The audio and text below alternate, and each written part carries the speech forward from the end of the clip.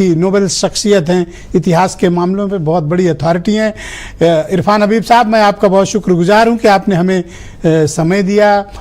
मैं आपसे जानना चाहता हूं कि एनसीईआरटी की पुस्तकों में इस बार कुछ बदलाव किए गए हैं, ख़ास तौर पर मुग़ल एरा के दौरान के, जिसमें औरंगजेब और अकबर को लेकर तमाम टिप्पणियां की गई हैं। आप क्या ओपिनियन रखते हैं कि जो इतिहास हम पढ़ रहे थे वो सही था, या अब जो इतिहास में बदलाव करके पुस्तक लाई गई है वो सही है? हाँ, अब देखिए, मैं ये तो नहीं कह सकता जो अखबार में पढ़ा है वही है, जो नई पुस्तकें आई हैं वो नहीं पढ़ी हैं, पिछली पुस्तकें तो पढ़ी थी, उन पर कमेंट भी किया था।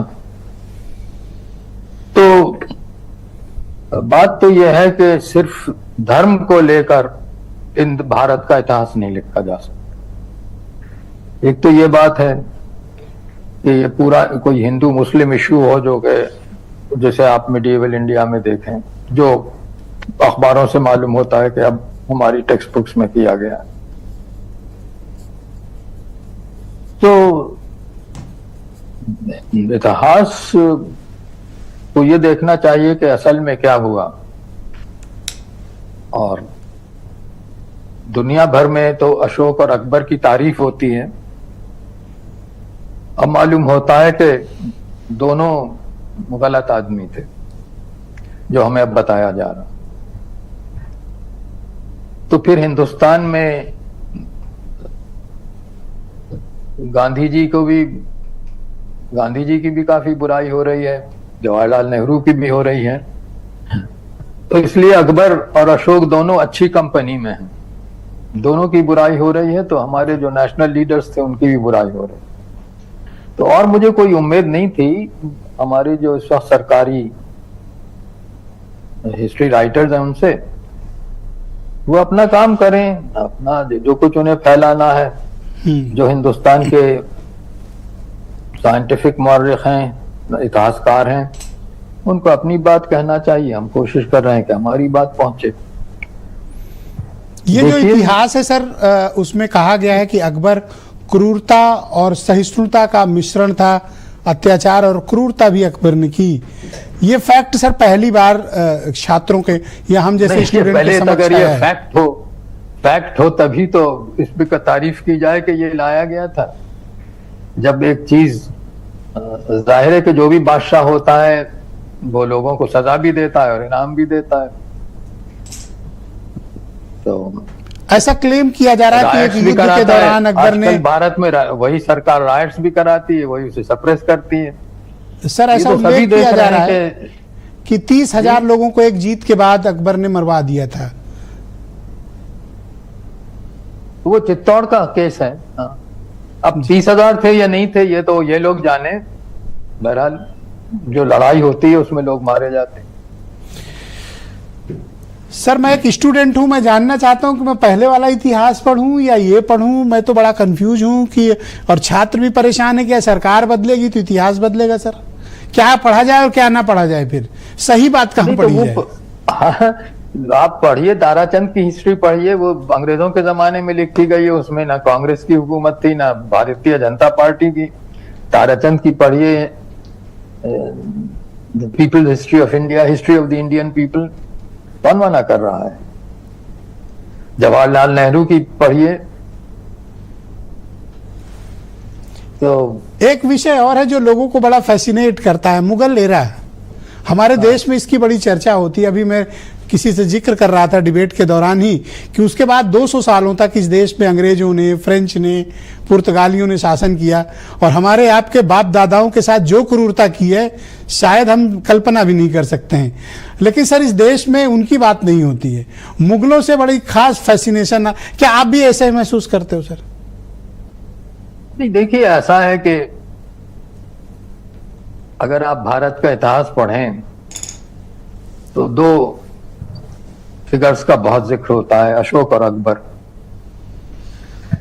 आजकल अशोक पर भी हमले हो रहे हैं और अकबर पे तो बहुत ज्यादा।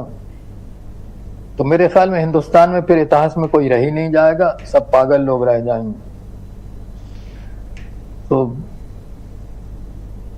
अब ये तो हमें देखना है कि जो हमारी हिस्ट्री है उसको हम ठीक से लिखें और उसको धर्म को बीच में न लाएं कि अकबर क्योंकि मुसलमान था इसलिए उसकी तारीफ नहीं हो सकती और अशोक बुद्धिस्ट था तो उसकी कैसे तारीफ की जाए।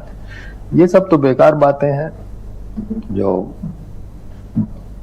ये तो सभी को मालूम है कि भारत के इतिहास में अगर दो लोगों का नाम किसी को दुनिया भर में नवाजा जाता है तो वो अशोक और अकबर हैं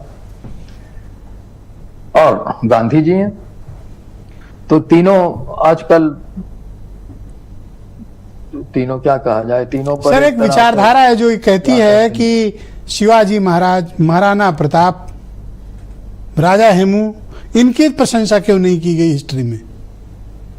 नहीं, वो भारत के रूलर्स नहीं थे इसलिए। अगर भारत पे कभी वो हुकूमत करते और मनसबदारी और जागीरदारी सिस्टम बनाते और पूरे भारत को सेंट्रलाइज करते तो उनका भी जिक्र होता, क्यों नहीं होता? मौर्य, चंद्रगुप्त मौर्य का नहीं जिक्र होता है, अशोक का जिक्र नहीं होता है, क्या बात कर रहे हैं? सबका जिक्र होता है। तो इलाकाई क्षत्रपों को इतिहास में उत्तर भारत थी उसका जिक्र होता है। ये क्या कहने की बात है कि जिक्र नहीं होता उनका? उनका खूब जिक्र होता है। इलाकाई क्षत्रपों को इतिहास में क्या उनकी वीरता, शूरता को, पराक्रम को इग्नोर किया गया? नहीं, बिल्कुल नहीं किया गया। गलत बात कहते हैं। राजस्थान की हिस्ट्री बताइए, टॉड ने annuls and antiquities of Rajasthan लिखी। उसके बाद नागरी में है लेकिन वो उर्दू जबान में लिखी गई भारत, उसका इतिहास रायपुर से छपी, वीर विनोद। तो कैसे कहते हैं कि इतिहास में जिक्र नहीं होता? तो गलत कहते हैं, पढ़ते नहीं है इसलिए, मुझे मालूम नहीं। तो लोग इतिहास कहाँ से पढ़ रहे हैं सर? व्हाट्सएप से पढ़ रहे हैं या कहीं और? नहीं तो भाई पढ़ना नहीं तो पढ़ने तो चाहिए। कौन उन्हें मना करता है? जादूनाथ सरकार को पढ़े, 7 वॉल्यूम्स औरंगजेब पर हैं, कौन मना कर रहा है उनको? सब अवेलेबल है जी। तो आप पढ़े नहीं और फिर कहें कि साहब वो कोई लिखा नहीं गया। क्यों नहीं लिखा गया?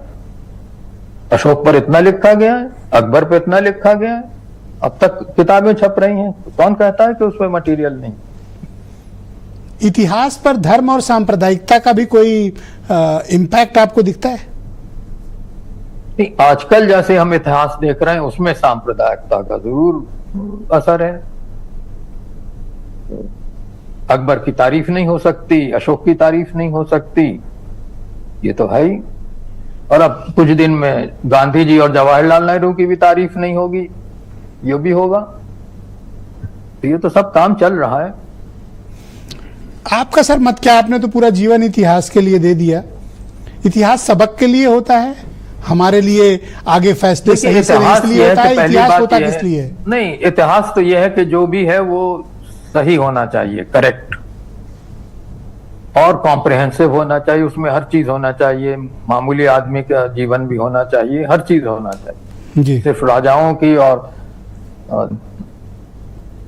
रिलीजियस लीडर्स का जिक्र नहीं होना चाहिए। आप क्या मानते हैं सर कि एनसीईआरटी की पुस्तकों में बदलाव, सरकार आने के साथ बदलाव होंगे, इससे शिक्षा में भ्रम फैलेगा? वो तो या जो भी आपका इतिहास सही है? टेक्स्ट बुक लिख लें, एनसीईआरटी की टेक्स्ट बुक जो पहले थी वो बहुत अच्छे हिस्टोरियन ने लिखी थी। आप किसी से भी लिखवा लीजिए, गलत हिस्ट्री लिखवा लीजिए तो कौन रोकेगा? आप लिखवा लीजिए जी। बाद में हंसेंगे लोग आप पर, लेकिन आप लिखवा लीजिए जो आप चाहते हैं। आप अकबर के बजाय किसी दूसरे बादशाह के राजा की तारीफ कर दीजिए। राणा प्रताप को कहिए कि वही सबसे बड़े थे और उन्होंने पूरे हिंदुस्तान पे हुकूमत की, तो कौन लोग है भाई? आप गवर्नमेंट में जो चाहो लिखवा लो, झूठ जितना चाहो बको जी। क्या कौन रोक सकता है? सर मैं आपका बहुत आभार प्रकट करता हूं, आपने आज शाम हमारे लिए समय निकाला और अपने मूल्यवान विचार हमारे समक्ष प्रस्तुत किए। मैं आपका बहुत आभार प्रकट करता हूं, बहुत ही धन्यवाद देता हूं आपका। सर बहुत शुक्रिया हमारे साथ जुड़ने के लिए। अब